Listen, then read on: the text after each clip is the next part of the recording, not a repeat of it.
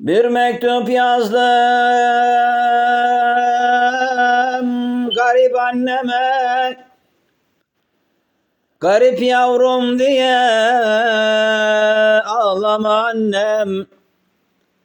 Hasretin bitse gelsem yanına, kader böyleymiş ağlama annem.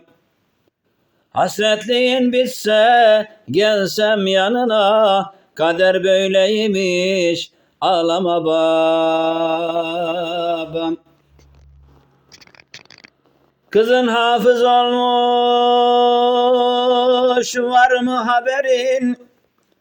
Oralardan bana bir haber verin. Değmeyin yarama, yaram çok derin. Kader böyleymiş ağlama annem. Değmeyin yarama, yaram çok derin. Kader böyleymiş ağlama babam. Bensiz yediğiniz o sıcak kaşlar burcu burcu kokar burnum annem. Hasretliğin bitse gelsem yanına, kader böyleymiş ağlama annem. Hasretliğin bitse gelsem yanına, kader böyleymiş ağlama